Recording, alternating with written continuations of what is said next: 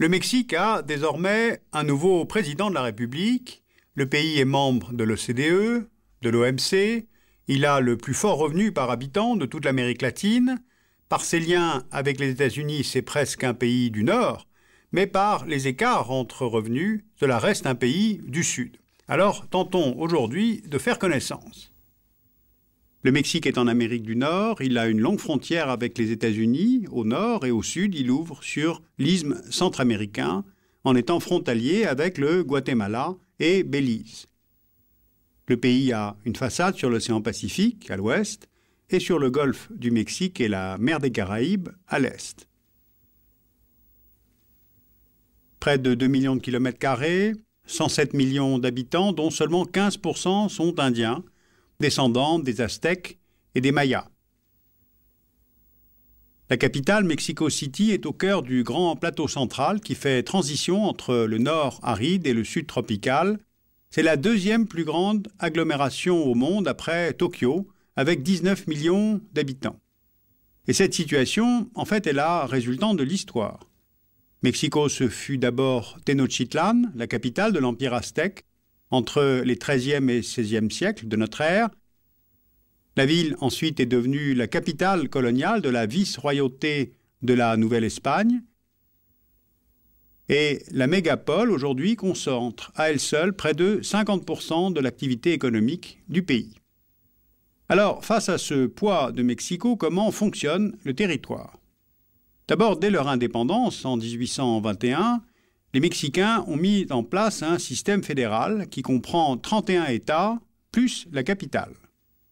Certaines des capitales des États fédérés ont émergé comme pôles de développement régionaux, par exemple Guadalajara à l'ouest et Monterrey au nord-est, et chacune compte aujourd'hui plus de 3 millions d'habitants. D'autres villes, telles San Luis Potosí, Mérida, dans les régions plus rurales, ont une fonction administrative et de service. Deuxième facteur de rééquilibrage, l'exploitation des hydrocarbures et le secteur du tourisme. C'est dans la baie de Campeche que se trouvent la plupart des gisements de pétrole et de gaz mexicains, donc en offshore. Le pays est le 5e producteur mondial, le 2e fournisseur des États-Unis, et le pétrole représente plus de 30% des exportations mexicaines, 30% des recettes de l'État, qui d'ailleurs en contrôle la production et la distribution via la compagnie nationale Pemex. Donc, le tourisme, 3e secteur économique du pays. Il a contribué au développement de la péninsule du Yucatan. La ville de Cancún est devenue depuis les années 80 un des plus grands complexes touristiques internationaux. La ville de Mérida est une plaque tournante du tourisme mexicain grâce au site archéologique maya de Chichén Itzá ou Uxmal. Maintenant, le nord du pays, qui doit son développement à sa proximité avec les États-Unis. Alors rapprochons-nous du Rio Grande. La frontière américano-mexicaine est longue de 3200 km et de part et d'autre de cette frontière s'est mise en place, à partir des années 1960, une organisation du travail et du territoire assez particulière. Ce sont ces usines d'assemblage que l'on appelle maquiladoras. Des entreprises américaines des secteurs électroniques, textiles ou automobiles ont monté des usines au nord du Mexique pour profiter des bas salaires et des incitations fiscales. La production est ensuite réexportée vers les États-Unis, mais les sièges, les services de gestion et d'encadrement sont restés de l'autre côté de la frontière, dans les États du sud des États-Unis. Ces entreprises jumelles ont favorisé le développement de villes jumelles, de part et d'autre de la frontière, comme San Diego, Tijuana ou El Paso, Ciudad Juárez. Cette frontière américano-mexicaine est l'une des plus dynamiques au monde en termes d'échanges, flux de commerce, de capitaux, mais aussi de personnes qui passent légalement ou non. Car cette organisation du travail des maquiladoras n'a nullement fixé la main-d'œuvre mexicaine au Mexique, comme l'escomptaient les investisseurs américains dans les années 80. On recense environ 8 millions de Mexicains ayant migré aux États-Unis depuis l'an 2000, dont 3 millions seraient en situation irrégulière. Chaque année, environ 500 000 Mexicains passent illégalement cette frontière, et cette question de l'immigration ne représente pas du tout le même enjeu pour le Mexique ou pour les États-Unis. Pour le Mexique, l'argent que les émigrés envoient à leur famille est la deuxième source de devises après les revenus du pétrole. Et pour Washington, l'immigration illégale a maintenant dépassé l'immigration légale.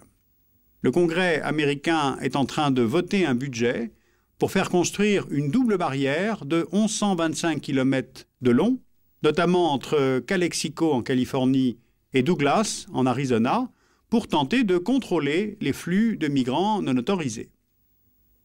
Mais la position américaine est ambivalente, car en fait certaines entreprises américaines, notamment dans les secteurs agricoles ou de services, cherchent à employer ces clandestins, car elles échappent alors à la signature d'un contrat de travail et aux charges sociales. La barrière en construction doit aussi avoir une fonction de contrôle du passage des drogues. Elles viennent du Mexique pour le cannabis, les opiacés, les amphétamines, et de Colombie et des pays andins pour la cocaïne. 4 des plus importants cartels de drogue sont basés à proximité de la frontière américano-mexicaine, avec tout le lot de violence que cela entraîne. Cette violence liée au narcotrafic aurait fait 1000 morts en 2005. Si maintenant on raisonne à une échelle continentale, cette dynamique frontalière est aussi l'un des effets de la mise en place en 1994 de l'ALENA. L'ALENA, c'est l'accord de libre-échange nord-américain. Le Mexique est ainsi devenu un partenaire privilégié du Canada et des États-Unis, qui sont la première destination des exportations du Mexique, 88%, et le premier fournisseur, 63%. Outre l'intégration à l'ALENA, le Mexique est désormais membre de l'OMC, membre de l'OCDE. À l'échelle de l'Amérique latine, c'est la première puissance économique, loin devant le Brésil ou le Chili. Et d'ailleurs, pour les populations d'Amérique centrale, il est un petit peu l'Eldorado où il faut venir travailler. Sauf que cette large ouverture des marchés a eu des conséquences dramatiques pour les petits paysans mexicains qui ont été ruinés par les importations américaines de produits agricoles. Dans le sud du pays, il y a eu précarisation des emplois, aggravation de la pauvreté, et c'est d'ailleurs ce que montre très bien la carte du PIB par habitant selon les États de la Fédération mexicaine. La moyenne nationale du PIB par habitant, c'est 6 000 $. Dans la capitale, Mexico, le revenu par habitant passe à 22 000 $, soit un niveau analogue à celui des pays développés. Dans les États frontaliers des États-Unis, par exemple dans celui de Nuevo León, le revenu dépasse 13 000 $. Mais quand on va dans le sud, au Chiapas, au Oaxaca, au Guerrero, le revenu par habitant descend autour de 3 000, 4 000 $ par tête. Alors malgré cette forte intégration économique avec le voisin nord-américain, ce pays conserve une politique étrangère assez autonome. Accord énergétique avec la Colombie et les États de l'isthme centra-américain, rapprochement avec l'Union européenne, critique très nette contre l'embargo qui est maintenu sur Cuba, positionnement contre l'intervention des États-Unis en Irak en 2003. Ensuite, il faut noter que la bonne santé économique du pays est loin de profiter à tous les Mexicains. On se souvient qu'au moment de l'entrée en vigueur de l'ALENA, c'est justement au Chiapas qu'est née l'armée zapatiste de libération nationale, dirigée par Marcos. Elle voulait une égalité de traitement pour les Indiens du Mexique, une redistribution des terres. Eh bien, 12 ans plus tard, rien n'a changé. Les Indiens continuent de subir des discriminations, des violations des droits de l'homme, notamment par des groupes paramilitaires. C'est toujours au Chiapas que l'on trouve le plus d'analphabètes, qu'il y a le plus faible taux de scolarisation et qu'on trouve le plus de maladies infectieuses. C'est sans doute là le paradoxe du Mexique. Il est à la fois un pays développé, un acteur de la mondialisation, mais il maintient sur son territoire des zones totalement marginalisées.